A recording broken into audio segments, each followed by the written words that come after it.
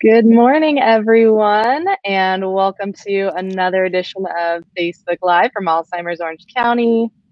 My name is Melissa Klabe. I'm the Director of Education here at Alzheimer's Orange County, and I'm joined this morning again by Kim Bailey, a Programs and Education Specialist at AlzoC. How are you doing, Kim? Good morning, Melissa, and good morning to our viewers. It's great to be here. Yes, it is. Okay, I'm going to throw up the slides here. And of course, we want to thank our sponsor for today, the lovely Town and Country. They've been sponsoring all of our Facebook Lives this month. Town and Country is a nonprofit, faith-based continuing care retirement community, and they have multiple levels of care: independent living, assisted living, a 5-star rated skilled nursing and rehab facility, and coming next summer, 2021, a memory care community called Grace Gardens Memory Care. And so they've been serving our community for 50 years, great value, exemplary service, and we are so, so thankful for their sponsorship of our education. We could not do it without them. If you're interested in learning more about them, you can visit tcmanor.com. I'll put that in the comments in a little bit. So I'm very excited about our topic today. Let me just jump back one slide here. We're going to be talking about assisting with personal care with our loved ones at home. And if there are professionals out there watching as well, a lot of this stuff will definitely be applicable for you too.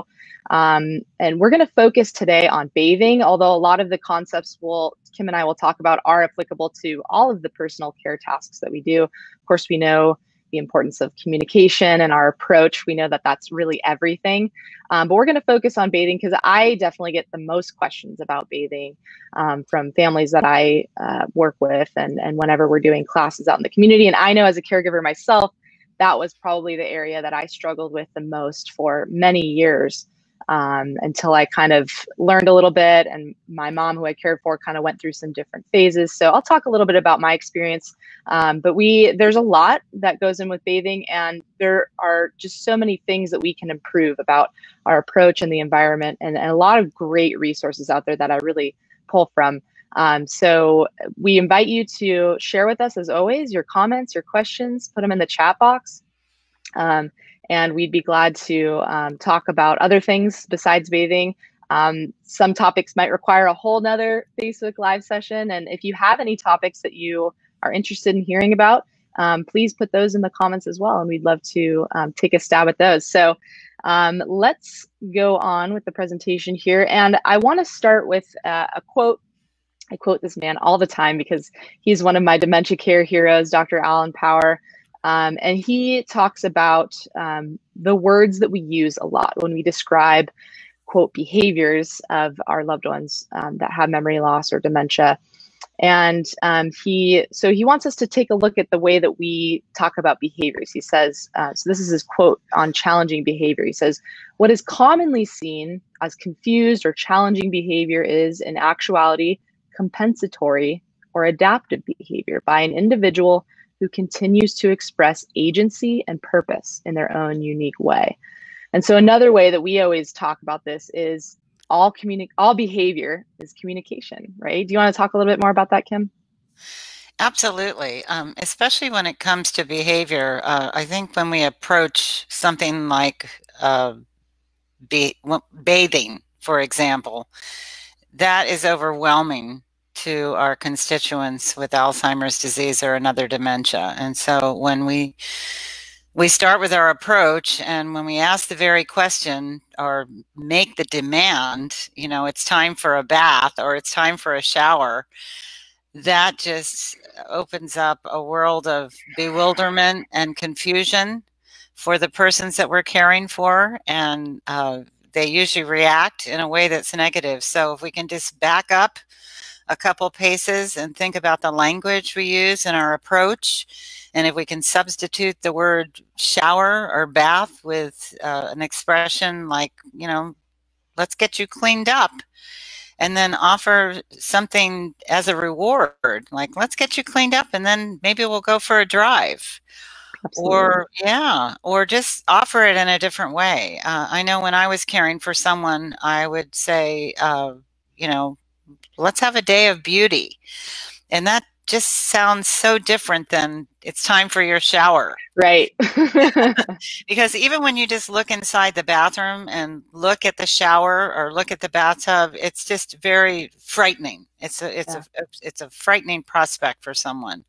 And we have to remember that the world of the person with dementia is very different than our world, and things don't look and feel the same way for them. So for someone like me, the prospect of taking a warm, soothing bubble bath is wonderful, but the feel of the water is very different for someone with dementia. And so it's just a whole different system that we have to put into place. And we're going to talk about that, right? Yes, absolutely. It requires a lot more planning than I think when we initially are faced with doing this task. We think, okay, they've done this their whole life. I've done this my whole life. We know what we're doing. Let's just kind of do what we've always been doing. And that's just not going to work because, when someone is experiencing memory loss and dementia, their worldview is changing. The way that they perceive things, the sounds in the bathroom, the temperature, all of these things really need to be controlled in a way that is inviting, because as you mentioned, the bathroom is often not. There's so many sounds, there's a lot of things to navigate. And if, someone is confused about what's going on, then, they're kind of like, get me out of here. Like, I don't want to stay in this room with you, as you kind of try to take off my clothes. So we definitely need to rethink our approach. And we have to plan ahead, don't we? Absolutely. We have to be ready, have everything in place. We have to think about how we're going to say things and all of that. And so it really requires a plan, and we have to be ready, and we have to expect resistance, don't we, Melissa? Because we're going to get we're going to get an answer like, oh, no, I don't need a shower. I just took one yesterday. And you're thinking, exactly right. Really? You haven't had a shower for 4 days, Yeah. And so when we do meet that kind of, I don't want to do this, or I already did this, I think it's important to kind of explore why that's happening. And is this, kind of becoming a traumatic experience for this person? And what can we do to kind of reframe and reshape what we're doing? And so that kind of ties in nicely here with, where do we get into hot water with personal care? Because we do all the time. It's intimate, right? It's probably the most intimate thing that you do, undressing completely and then, bathing. And now you have this other person doing that with you, which probably hasn't been the case. The person may feel like they are lacking control of their day, that they're not able to be independent in this very intimate thing as well. And especially if we're kind of like, okay, time to get in the shower, or, how about a shower? And they're kind of like, whoa, I don't, why are you involved in this? This is out of my control. And I don't like that feeling of being out of control. And then changes, of course, that come with dementia, changes in motivation or understanding, hygiene, understanding what we've already done. You mentioned, I've already taken a shower. And I think it's important to reframe that, not as the person just trying to get out of it or lie to you, but the very good probability that it's an old memory in a new place. Like Teepa Snowy says, they've taken showers their whole life. Of course, they may think that they just took one. They probably, are thinking about how they used to regularly shower every morning or every night. And so thinking, of course, I already did that, it's noon or whatever time. And that's just, one possibility. But I think we need to just start to think outside the box and not taking that resistance personally, and not just assuming that, the person's trying to pull a fast one on you. Right. And then thinking, okay, if they're not into this, if they're not receptive, why is that? And what can we possibly change about this and my approach to make it more of an inviting, because I think that it can be. It did eventually become that for me. It takes some time, but I think knowing the person's details and what they prefer is very important as well. Do you want to talk about this? Because sure, you talk about this so well, and the importance of connection.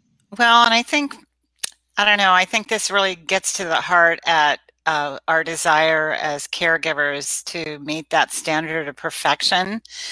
I mean, all of us, and I think this message is especially for the home caregivers. When you're caring for someone you love, you just want everything to be perfect. And it's so hard to let go of that. And so my message to all of you caregivers is that, you know, making a connection with the one you love is so much more important than the task. And so, you know, you get up every day and you've got this agenda in your head and you want to check off everything on your list. It's like today they've got to take a shower and we've got to get to the doctor and we've got to do this and we've got to do that. And, you know, sometimes you just have to let go of some of those things. And I know when I was a caregiver, I really felt that need to hit that high bar because after all, I was a professional too. And so I wanted to prove to myself that I could do everything right. And guess what? I did so many things wrong, you know, and Me too. it was really galling to me. But, you know, using again the example of bathing, it's like sometimes it just wasn't going to happen. And, you know, instead of taking that shower, we ended up like, and I always use this example because it happens, you know, we'd end up sitting on the couch together, holding hands, looking at her wedding photos instead and giggling like teenagers. And, you know, it was such an intimate moment. And, you know, who cares if she didn't bathe that day? I mean, we had a good day and she was happy, and having her be happy was always my goal. It didn't have to be that she was, you know, showered. That doesn't have to be the goal. The outcome has to be that people are safe and feel cared for and feel content. Contented involvement is always, you know, at the end of the day, our goal. So everything that you do is an activity, and the activity doesn't always have to be the one on your list. It has to be that they're safe and happy and content. So, and people just never lose that need to feel that special connection with you. So you've got to learn to change your agenda sometimes. Absolutely. No, I think that's beautifully said. And it ties into a comment or a question that Vicky just put in the chat box here. It says, what causes people with Alzheimer's to be so resistant to personal hygiene? And that's something, Vicky, that we're going to talk about basically this entire presentation. But it's a lot of things, right? It's, as I mentioned, that kind of brain changes, those very real brain changes that are happening and that are, you know, causing that person to maybe forget that hygiene is important, or that's something that we do. The motivation for that can be changing as well. But I think more often than not, it's the way that we go about trying to help them through these tasks. And we always quote that Maya Angelou quote, right? People will forget what you did and what you said, but they'll never forget how they made you feel. And if every time we're interacting with our person to help them with bathing or feeding or whatever it is, and we're rushing through that task, and that's a negative experience for them, you know, think about how that would make you feel every time someone tried to kind of coax you into the bathroom and you knew that what happened in there I did not like last time. Do I want to go back in there? No, the answer would be no for me. So, you know, it's we have to really think about, you know, the experience for them, the overall experience. Of course, you're going to have maybe these times here and there where things don't go as planned, and, you know, then we profusely apologize. You know, if they say that you hurt them and you didn't mean to, just say you're sorry. You know, there's no need to go down the road of, oh, I didn't mean to, or, you know, no, that doesn't hurt. You know, just say you're sorry, be profusely apologetic and thankful, you know, and we'll talk about these things, but I think our approach is so important. Yes. And, you know, I don't want to place blame on caregivers because you're doing the best you can. But, you know, the kind of the motto that I lived by as a caregiver and still do is, you know, you do the best you can, and then you learn and you do better. And so, you know, you can only do the best you can do, but as we learn more, as we explore more of what we can do, then we take that knowledge forward and we try to have more joy than not. You say that, Dr. Galindo says that was her experience with her caregiving as well, just trying to have a day where you have more joy than not. And yeah, if bathing isn't in the cards one day, it's not the end of the world. Exactly. Better to not risk a bad interaction that leaves a really bad taste in their mouth than just try again another time or try again another day. I think that's really important. Yeah. And Vicky did comment, you know, there are concerns, infections, things like that. Of course, hygiene is important. We're not saying, you know, leave a person to never bathe again. But we'll talk about some alternatives to traditional bathing as well, that, I think are highly underused. I think we just have this idea that a shower needs to be a shower and a bath needs to be a bath. And we know that alternatives can work very well. So there's no need to force a bathing situation on somebody that is not comfortable for them. So you touched on this. We talked about this a little bit, the importance of the approach, inviting them, thinking about your words, thanking them for trying. I'll talk about that last one, but do you want to touch on a few of these, Kim? Sure. Yeah. So you can always use a little bribery. Yeah, absolutely. The polite term for that is last word connection. That's a fancy term for bribery. I used to say to the woman I cared for, let's get you cleaned up, and then, I'm going to give you a full body massage. So it was sort of like the only thing she really hung on to was the full body massage. So that was my way of sort of bribing her into the shower. So it's sort of in the way that you couch, your terms and the tone and the body language, all the things we talk about, when we do our Facebook Live session on caring conversations. So the way you invite them and all of that is really important. And again, your language, shower versus getting cleaned up, as I just said. And even if they're hesitant, as Melissa said, we're going to thank them for trying, and you can try another day. You could even try a couple hours later. Yeah. Because, the attention span and the focus is flexible with them. And so you can always, but if you don't insist, they can't resist. So you never want to push, never want to push your agenda on them. So, and then I'll give it back to you, Melissa, for the timely warnings. Timely warnings is something that I kind of learned about a year ago. And I was reading a lot about bathing at the time, and there was a study that was done in a nursing, a care community, but they were having a lot of distress and kind of resistance to bathing, of course, which is really common. And they found that if the staff gave what they called a timely warning to the person before providing that step of care, that was really important. And especially before something that might be potentially uncomfortable or a little more painful, they gave that warning, which looks like, hey, we're going to get cleaned up. I need to uncover you for a minute. Is that okay? So that kind of warning, and then asking if that was okay. They found that kind of continual consent along the process and taking it very slow and stepwise, and just not assuming that person's going to be okay with everything you do, right? So giving that warning, asking permission, that decreased their incidences of resistance and distress almost completely. They were able to really, and so we think, oh, if we ask, they're going to say no, right? We're afraid to ask, but more often than not, just rushing through a task and, not getting that kind of consent and are you okay and checking in with them, that can lead to more resistance and make the task, for one thing, take a lot longer, and another thing, be really distressing to that person and not want to make them do that with you again. So we really need to rethink every step of what we're doing to just make it as positive as possible. So, and it's a thing that we need to definitely practice. Like all of these skills, we're not born caregivers, I don't believe. These are skills that we definitely need to develop, and watch some videos and listen to people that have been there. So I think those timely warnings are really key, and worked really well for those staff members. But it was a tough thing for them to change their mindset of, we have this mindset, I'm going to rush through this task because the person doesn't like it. And the faster I get it over with, the faster it'll be done. And then we'll both be happier. But by rushing through it, we make it this really distressing, activity instead of kind of connecting and slowing down a little bit. I'll add on to that. I really love that idea of timely warnings, because I feel like that gives the person we're caring for more control. And I agree. And of course, the professionals are under time constraints, but you're not under a time constraint when you're caring at home. And I would always, when I would wash her hair, I would also give scalp massage. And when I would wash her back, I would rub her back.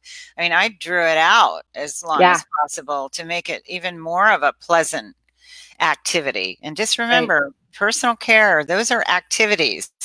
When you're at home thinking, how am I going to fill this day, especially during COVID, the answer is personal care. you know, Yeah, in many there you cases, go. you know, you just draw it all out, you know, because Yeah. I mean, I would do that because the lady I cared for many years just really didn't have a lot of interest. So our day of beauty was nails and mani pedi, and I'd do her hair and makeup, even in the end, because in the end we weren't even ever going anywhere, but we'd get all dressed up and do makeup, and it just felt good. You So, feel better when you're, yeah. extend this Nice activity, and you know, for lack of better things to do in some cases. It feels absolutely. good. Yeah. Definitely. Okay. So this is what kind of all encompassing what we call the compassionate approach. Do you want to walk us through these steps? Sure, sure. So again, rushing or appearing to rush is going to meet with resistance, and it can provoke a startle response. So we always approach from the front, and you know, we smile, use that nice open body language, smile. Oh, I already said that. Well, smile twice. Smiling is so important. You can say it as many smiling. times as you know, use gentle touch. So you just want to definitely appear to be in no hurry whatsoever, and avoid anything that looks uptight. And you know, you're not going to do this. Okay, it's time for a shower. You know, but it's this very open and loving approach, and you want to really watch their body language as well as your own. You know, so it's all in your approach. And you know, we've talked about this in Caring Conversation. The words you use really have very little to do with the outcome of the success of your outcome. It's really all about your, you know, nonverbal body language. So.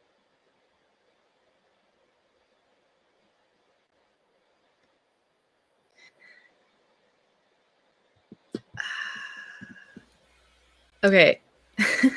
Are we still? We're still waiting to go live. Does it say waiting to go live for you? Yeah.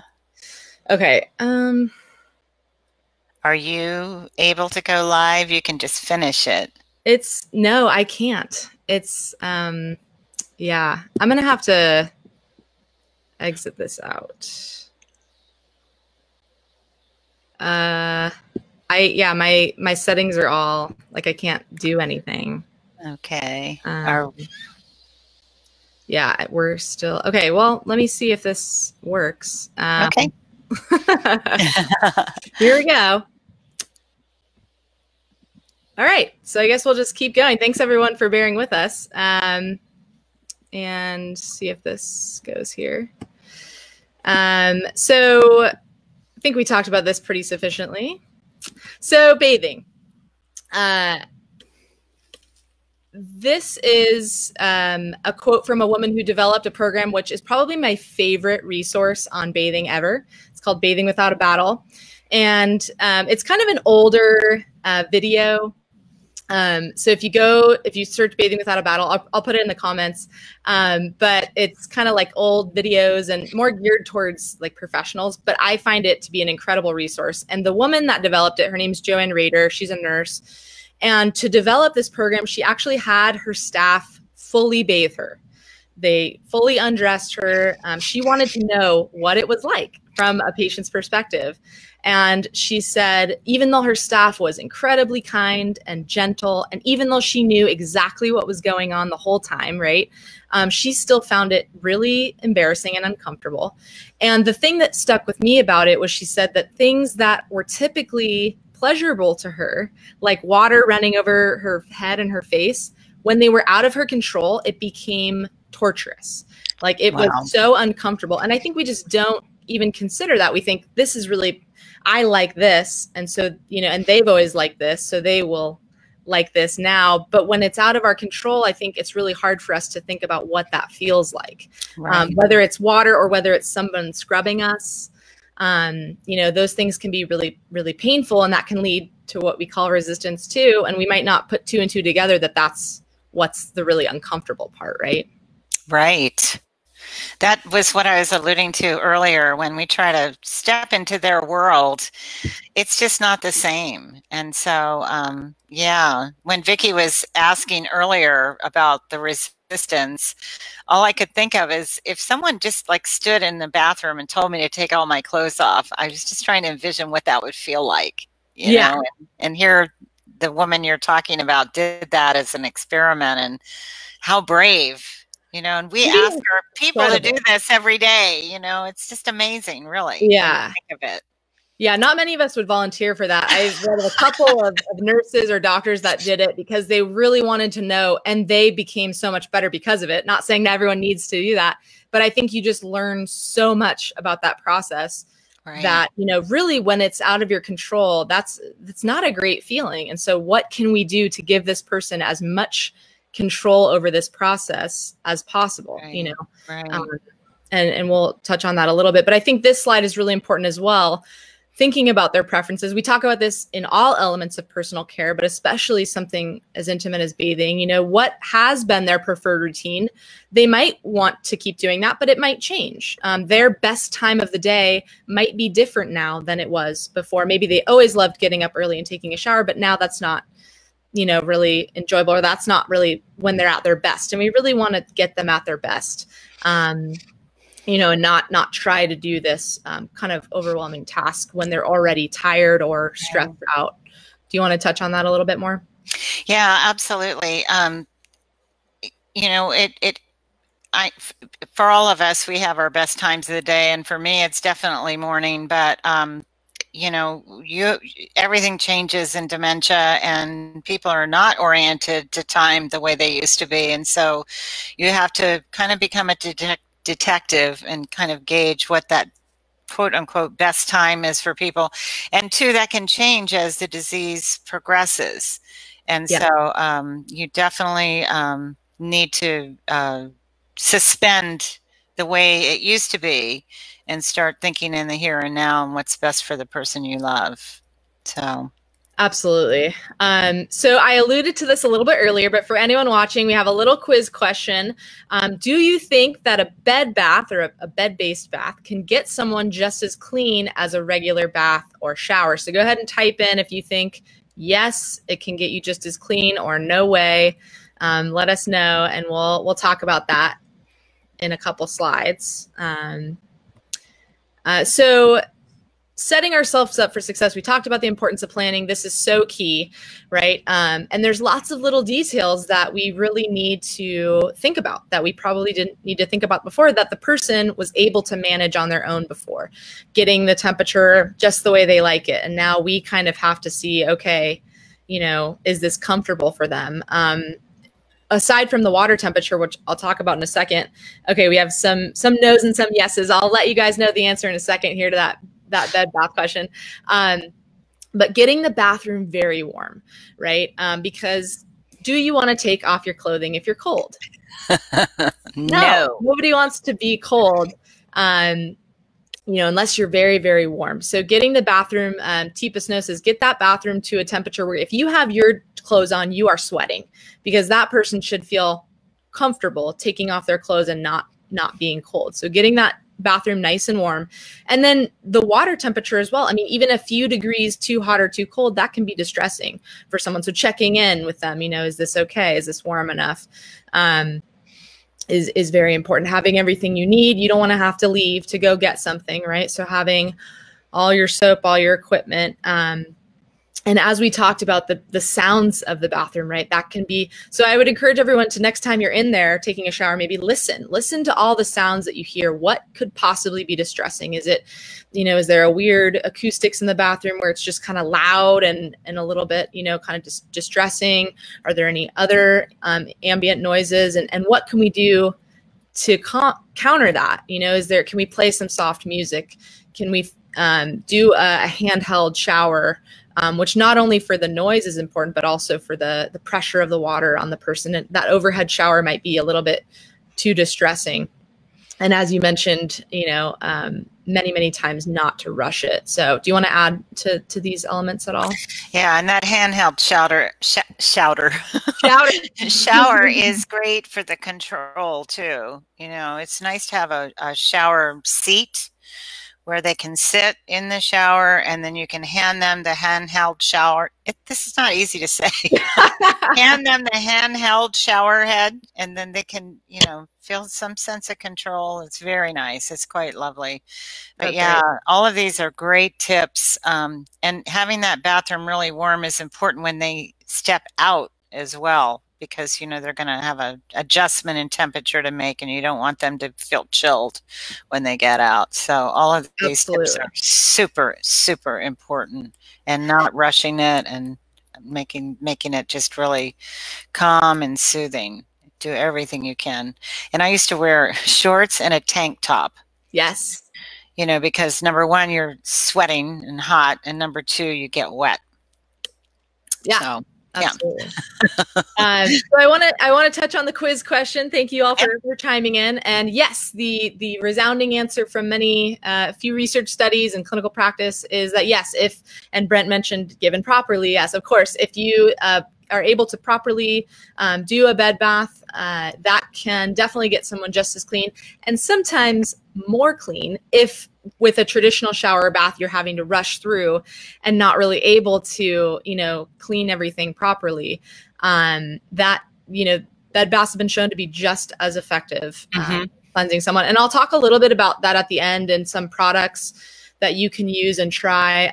But again, that Bathing Without a Battle video, they go through it in detail. And so I can't recommend that enough if that's something that you think, you know, you're going to have to kind of switch to one day. And it's better to be prepared ahead of time, you know, kind of expecting that change than all of a sudden, you know, trying to kind of go through it yourself. You can also bathe them when they're sitting on the toilet.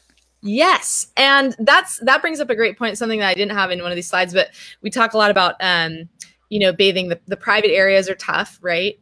And so, you know, if we always tout the bidet, and especially with the old toilet paper shortage we were having at the beginning of this pandemic, we have bidets installed in our toilets here. That was something that was really helpful for my mom, to just get her very clean, and reduce the use of toilet paper, not to mention. But that, you know, doing that is incredible, and can really, you know, help us with the hygiene down there, aside from the bath or the shower. And Melissa, let's go ahead and define what a bidet is, because actually someone asked the question in a webinar that we did. So they're very popular in Europe and Japan. I think the US is very behind in toilet technology, actually. So it's a little contraption that kind of attaches to the back of your toilet, and there's a control, and you can have a little bit of water. You can even have a plumber kind of hook it up for you, and you can get warm water in there as well. And it just kind of shoots a little gentle stream of water, you know, right up there, and can get you really nice and clean, or your person. So it's inside. It sits inside the toilet bowl. Yes. Yeah. And there's ones you can buy that you can kind of do yourself, or you can, you know, have a plumber install it for you. But I've seen more and more commercials lately for those. I think one's called Tushy. They have some kind of funny commercials. Tushy? Yeah. I don't know how you spell it. Okay. Yeah. Laura commented, can we get the slides? Of course. And I'm going to put in the comments here. You can email learn@alzoc.org. That email goes to me and our education coordinator, and we will definitely send you these slides. Again, sorry for that technical glitch. That hasn't happened before, but you know, it's something new every time. So we just keep on rolling. Yeah. I would add also, we have a great tip sheet on bathing that we can also make available through learn@alz.org if you want to send for that or request that. Absolutely. Yes. Yes. Tons of resources there. So this one, this slide here, we talked about dignity and warmth. So warmth is really important. A great way, and I took a clip from a Teepa Snow video here where she's showing, I think it's a group of nurses, and she's covering one person with a towel. This is, why didn't I think of this when I was first trying to get my mind? It's so simple. Not only does it keep them warm, it keeps them covered, right? Modesty, dignity. So what Teepa was doing in this video is she's basically saying, you know, if they don't want to take all their clothes off, kind of get that bathroom really warm, kind of help them take off, maybe if it's a woman, take off her blouse, put that towel over her, even if she still has a bra on, And then you can kind of wet them through that towel, and you can kind of do some cleaning under the towel as well. And then once they're wet, you know, if they're still wearing some undergarments, what are they going to want to do? If you have a wet undergarment on, you're probably going to want to take that off once it's wet, right? So she kind of just, again, it's that slowing down step by step, not necessarily rushing. Okay, we got to take all your clothes off, and now you're cold and you're, you know, exposed, and that doesn't feel great, and then we're going to jump in the shower. Doesn't exactly sound like a recipe for success. So really taking the time to think about how each step will look. Another thing that I don't have a picture of necessarily, but we haven't talked about, is having a tub bench or a shower chair. That can be helpful if a person has to step into a tub, especially there's ones that will go over the edge of the tub that they can sit on one end and kind of either scooch over, or there's ones that slide right in. There's really a product for every kind of situation that you might encounter. But I think a shower chair is a great idea, especially if they're a little bit unsteady in the tub. And then you can kind of just sit on the edge and you know, kind of slowly work your way in. Doing with them instead of to them. Even if they're at a stage where they're not really able to do much, can they hold the washcloth for you? Can they help you grab the soap?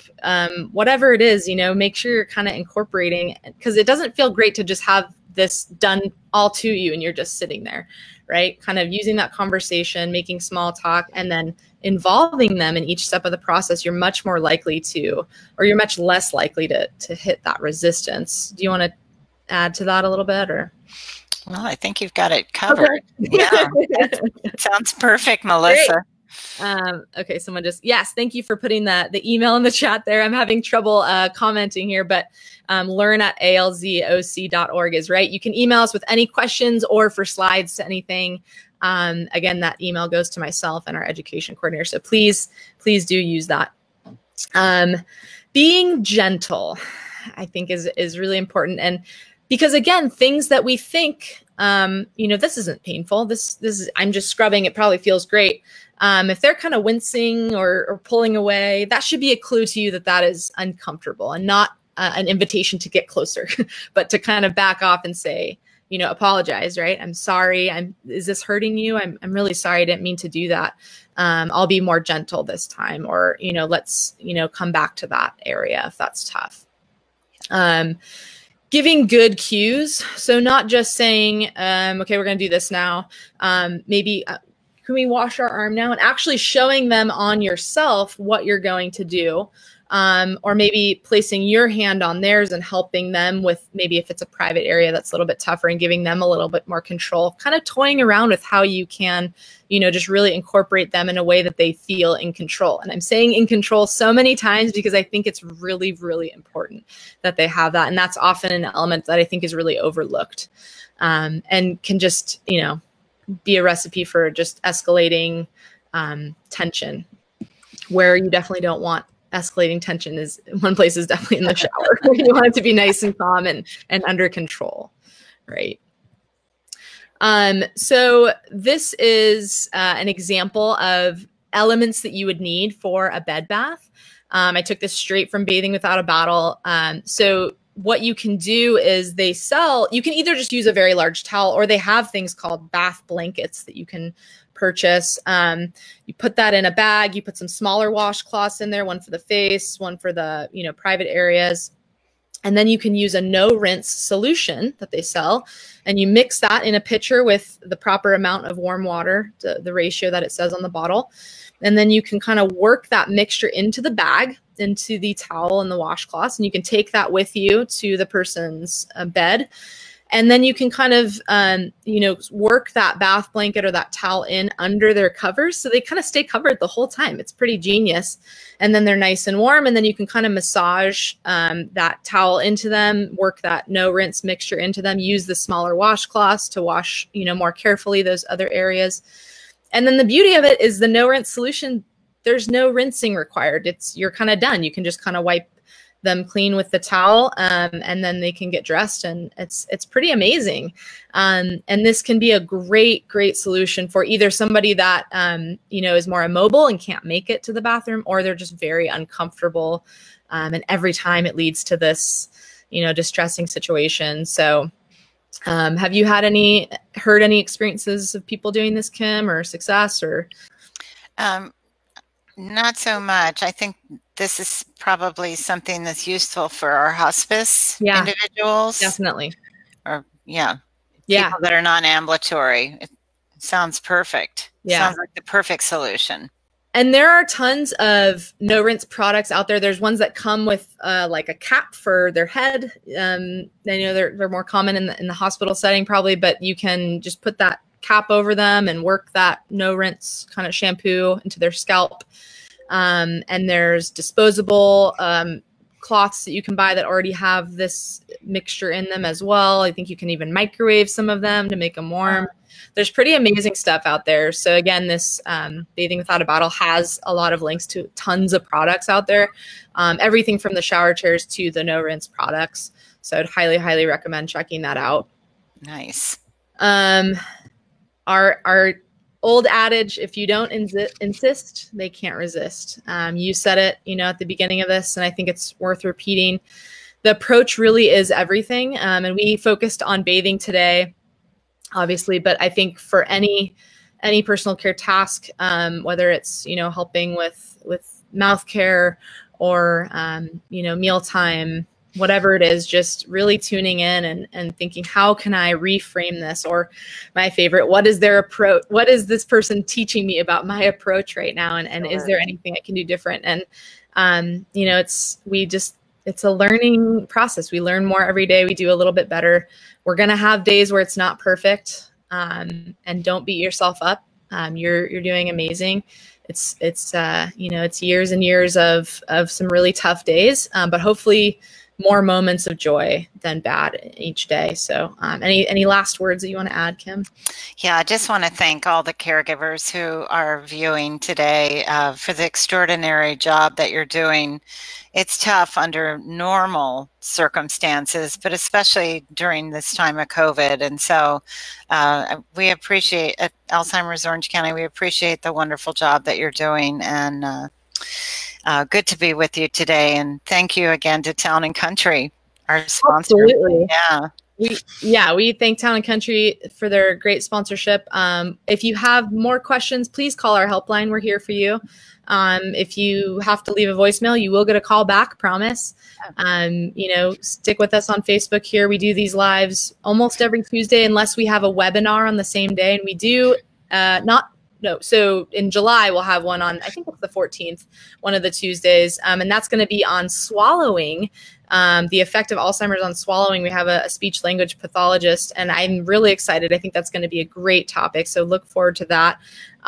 We still have some more education this month. We have coming up this week a great opportunity. If you're familiar with our Memories in the Making program, it's a wonderful art program. Kim, do you want to just talk for a second about what Memories in the Making is and what this will be? Sure.